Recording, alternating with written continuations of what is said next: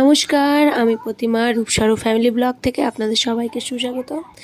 চলে গেছিলাম রাত্রে একটা বিয়েবাড়ির কী মেনু, এই যে মেনু কার্ডটা তো আপনাদের সঙ্গে আগেই দেখিয়ে দিলাম। দিয়ে গেছিলো থালা, জল, লেবু আর সাদা ভাত দিয়ে গেল। দিয়ে যাওয়ার পরে চলে আসলো মাছের মাথা দিয়ে রান্না করা মুড়িঘণ্ট ডাল, মুগ ডাল। খেতে তো খুব সুন্দর হয়েছিল, ইয়াম্মি হয়েছিল।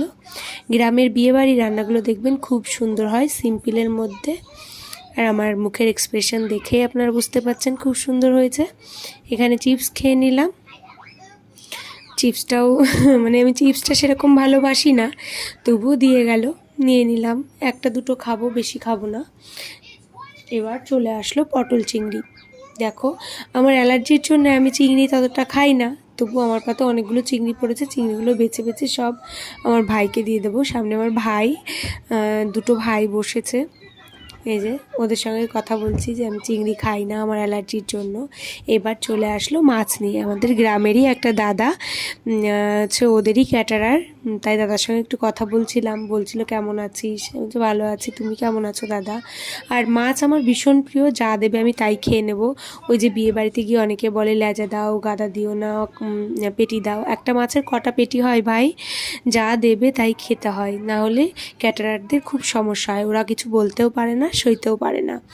মাছটা খুব ফ্রেশ ছিল, খুব সুন্দর ছিল। আমি তো আপনাদের ভেঙেই দেখিয়ে দিলাম। এই যে শসা আর পেঁয়াজ পড়ে গেছে, মানে এখন কি পড়বে, চিকেন বা মাটন যাই হোক বিয়ে বাড়িতে, কিন্তু এই বাড়িতে চিকেন আর ফ্রাইড রাইস।